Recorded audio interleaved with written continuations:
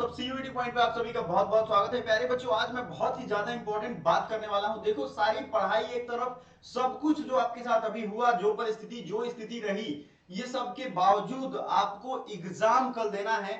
और कल का एग्जाम जो है वो बहुत ही महत्वपूर्ण है। ना मैं सिलेबस दिखाऊंगा ना आपको एग्जाम डेट। आपको मालूम है आपका एग्जाम अगर कल है तो किन किन बातों का ध्यान रखना। सबसे पहले एग्जाम हॉल में जाने और उससे उससे लेकर के एग्जाम में जो आपके कंप्यूटर आएगा सामने, उसमें क्वेश्चन के आंसर जो करने हैं, उससे जुड़े हुए कुछ महत्वपूर्ण सवाल। देखो, सिलेबस इस बार चेंज हुआ था, मतलब नंबर ऑफ क्वेश्चन जो है 75 किए गए। आपको मालूम है सिलेबस उतना ही है, क्वेश्चन नंबर ऑफ, ये जो नंबर ऑफ क्वेश्चन है वो कम कर दिए गए हैं। जो सबसे महत्वपूर्ण चीज है कि इस एग्जाम में आपको अपना मेंटल कैलिबर बरकरार रखना है। बहुत बच्चे होंगे जिनको फीवर हो जाता है एग्जाम के नाम से, बहुत बच्चे हैं जो डर जाते हैं दूसरे जगह जाने से पहले। सारे बच्चों का कहना है सर कानपुर को बनारस भेज दिया, बनारस का कानपुर, अब खत्म हो गई ये सारी चीजें। आई होप आप समझदार हो और आपने इस चीज का सोल्यूशन निकाल लिया होगा। आप वहां जा रहे हो एग्जाम हॉल में, एग्जाम हॉल में बैठोगे तो इन सब चीजों से, इन सब चिंताओं से मुक्त रहिए। पहली चीज, अभी तक जो भी पढ़ा है उन सबको एक बार कहता हूं, सभी के लिए एग्जाम एक समान स्टैंडर्ड का होता है। कोई भी इस एग्जाम के लिए तैयार नहीं है। अगर आपको डर लग रहा है कि मेरी तैयारी नहीं है, इवन कि मैं भी इस बार एग्जाम देता तो मैं भी तैयार नहीं था, कारण है हर बार एग्जाम जुलाई के बाद होता है। हर साल एग्जाम जून या जुलाई में होता है कम से कम। आप अगर कोरोना के बाद देखोगे तो अक्टूबर, सितंबर, अगस्त, इन सब महीनों में एग्जाम हुआ है। और ये मैं सच कह रहा हूं, पिछले कई वर्षों से हजारों बच्चों के रिजल्ट के बाद बता रहा हूं, ऐसी स्थिति कभी हुई नहीं थी। तो बच्चों, अगर आपके दिमाग में ये डर है कि क्या करें इस तरह के एग्जाम में, तो सबसे पहला काम करो, एग्जाम हॉल तक पहुंचो टाइम से। ठीक है, अपने नर्वसनेस को अपने काबू में रखो, क्योंकि दूसरे को अगर पता चल जाएगा कि आप नर्वस हो, आप टेंस्ड हो, आप परेशानी में हो, तो उनका बल्ले बल्ले हो जाता है। याद रखो, अपनी तक कंपोजियर अपनी जो है ना वो बरकरार रखो। अपनी आत्मसंयम जिसे कहते हैं उसको बरकरार रखने की हैबिट एक बनाइए। दूसरी चीज, एग्जाम हॉल में बैठने के बाद आपको काफी देर वेट करना पड़ेगा। जैसे वो फ्रिस्किंग करेंगे, वो चेकिंग करेंगे, उसके बाद आपका क्या करते हैं, रजिस्ट्रेशन करते हैं, आपको सीट अलॉट करते हैं, इसमें टाइम लगेगा। बोर नहीं होने का, जाहिर सी बात है पीजी वाले स्टूडेंट हो, आप बोर नहीं होगे। इसमें परेशान होकर के मेंटल कैलिबर अपना आपा खोने की जरूरत नहीं है। मैं अभी भी एग्जाम देता हूं और मैं ये कहता हूं कि मुझे भी वो बोर लगता है, लेकिन ये एक नॉर्मल प्रोसेस है, सबके लिए है। तो आप ये सोचोगे कि बुरा बर्ताव सिर्फ आपके साथ हो रहा है, नहीं। जनरल इंस्ट्रक्शन पे हम आते हैं, बहुत बड़ी चीज नहीं है। ये सबके एडमिट कार्ड में नीचे चिपका हुआ है, इसको एक बार पढ़ लेने का। जो हिंदी वाले बच्चे थोड़ा उनको दिक्कत होगी, लेकिन पढ़ लीजिए इसको पूरा। आपको एग्जाम हॉल में सबसे पहले जब क्वेश्चन स्क्रीन पे आ जाएगा, ठीक है, किसी तरीके की हड़बड़ी नहीं करनी है। अगर क्वेश्चन जो टफ लगते हैं, टाइम कंज्यूमिंग लगते हैं, उनको लेट से करना है। मतलब एक बार पढ़ा, नहीं बना तो स्किप कर दिया। इसलिए कह रहा हूं कि वो टाइम बचाएगा। शुरू के टाइम में ही अगर आपने खत्म कर दिया, टोटल आवर्स कितने हैं, 1 आवर एंड 45 मिनट्स, याद रखिएगा। इतने देर में अगर आपने क्वेश्चन नहीं किए तो फिर आपका तो खत्म हो जाएगा, क्वेश्चन बचे के बचे रह जाएंगे। इसलिए सारा क्वेश्चन एक बार देखना जरूरी हो सकता है कि आपकी स्क्रीन पे पहले ही टफ क्वेश्चन आ जाए।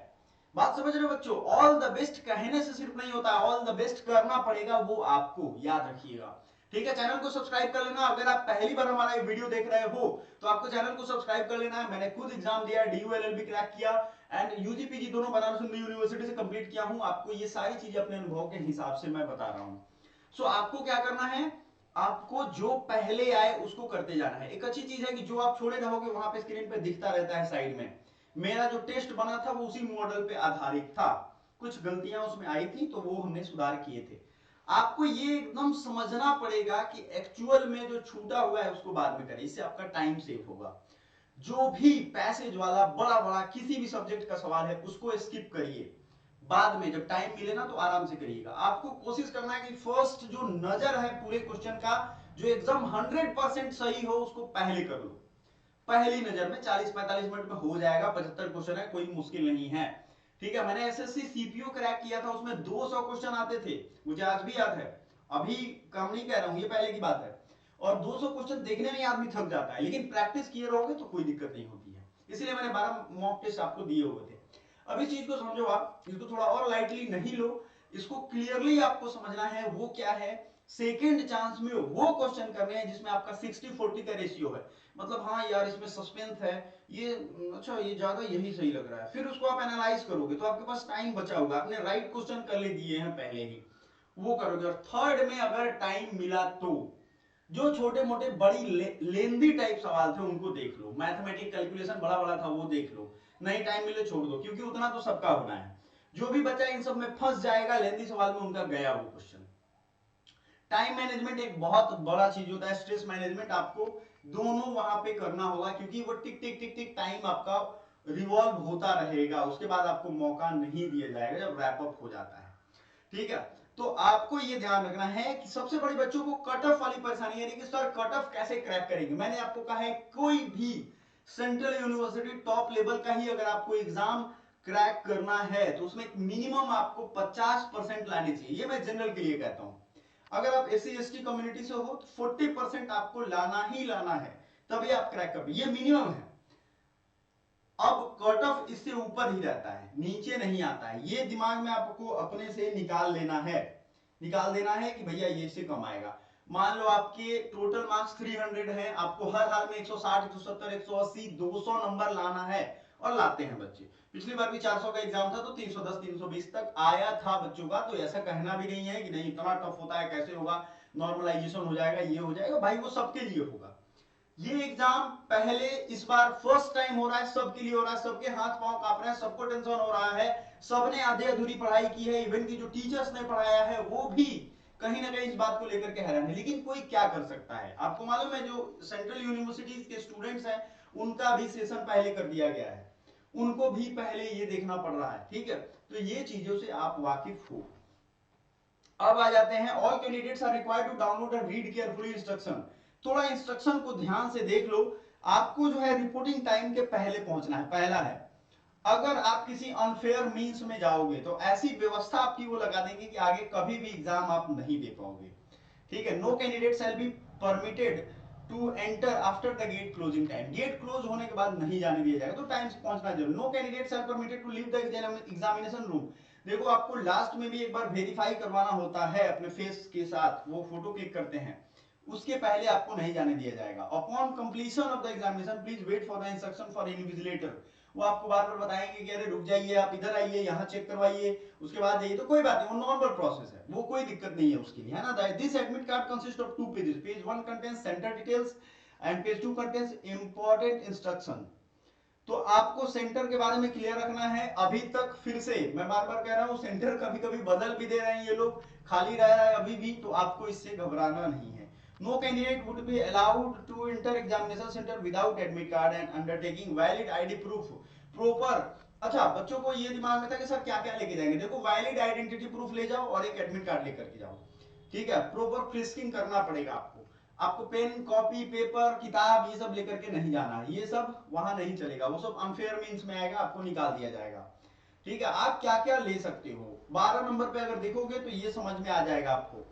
मैं ऊपर कर देता हूं, candidate will be permit personal transparent water bottle, लड़कियों को खास करके जरूरत पड़ती है, वो अपना वाटर बॉटल साथ में रखती हैं, तो उनको ये रखना है। Simple transparent ball point pen, अगर आप बॉल पॉइंट पेन लेकर के जानते हो जो ट्रांसपेरेंट है तो वो लेके जाए।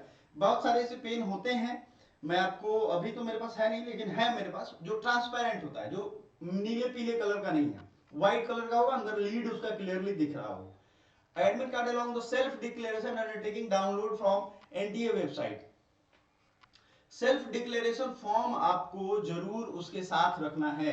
अब ये सेल्फ डिक्लेरेशन आपका यहीं पे अटैच करके आई थिंक दिया हुआ है, ये देख लो आप, आई हेयर बाई, यही है आपका। I have read the detail important instruction, ये कैंडिडेट फोटो लगाना है, उसका left hand thumb impression, candidate का सिग्नेचर, कुछ भी गड़बड़ी हुआ तो आप जानो। ठीक है, उसके बाद additional passport size photograph for pasting और अटेंडेंस शीट, फोटो लेकर के जाना एक दो एक्स्ट्रा, वही सेम जो आपने फॉर्म में भरा था। आई होप आपने 2 4 5 10 निकलवाया होगा उस time. Original valid ID proof, जो उसमें आपने आईडी प्रूफ दिया है वही वैलिड आईडी प्रूफ आपको लेकर के जाना है। तो इतनी सारी चीजें करने के बाद आपको सेंटर पे पहुंचना है। देखो प्यारे बच्चों, इसके अलावा बहुत सारी चीजें हैं, जैसे पीडब्ल्यूडी कैंडिडेट, ये मैं पढ़ूंगा तो 1 घंटा निकल जाएगा। आपसे रिक्वेस्ट करता हूं आप डाउनलोड करो, आप ही ये इंस्ट्रक्शन पढ़ो, और इसमें कुछ एडिशनल चीजें होंगी तो टाइम कम है, क्योंकि यूजी वाले बच्चों का भी एग्जाम शुरू हो गया है। आपके अपने छोटे भाई बहन अगर हो तो यूजी का एग्जाम देना चाहते हो तो सीयूटी पॉइंट उनको रिकमेंड जरूर करिए।